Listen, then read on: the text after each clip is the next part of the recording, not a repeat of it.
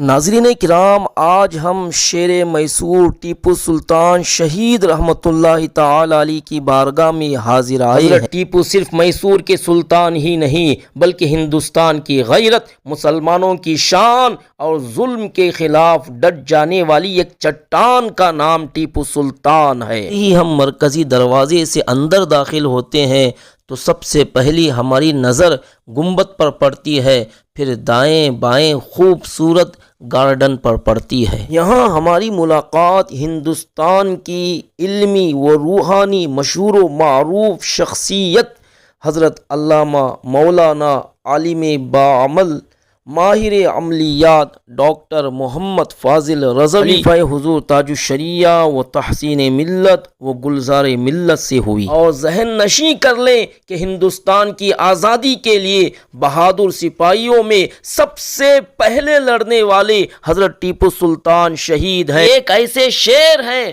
جو انگریزوں کے سامنے ڈٹے رہے اور جام شہادت نوش فرمایا، غلامی کو نہیں۔ 4 مئی 1799 کو چوتھی میسور جنگ میں جب انگریزوں نے سری رنگ پٹنا کا قلعہ گھیر لیا، ٹیپو سلطان نے اپنی جان قربان کر دی، لیکن دشمن کے سامنے جھکنے سے انکار کر دیا۔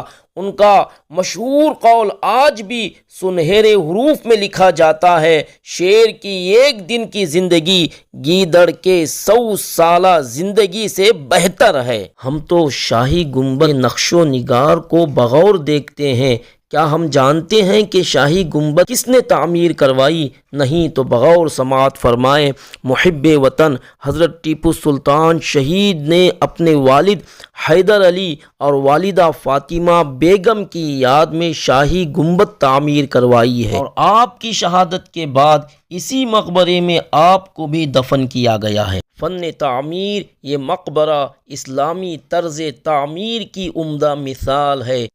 حضرت ٹیپو سلطان کے دیگر رشتہ داروں کی قبریں بھی مقبرے کے احاطے میں واقع ہیں۔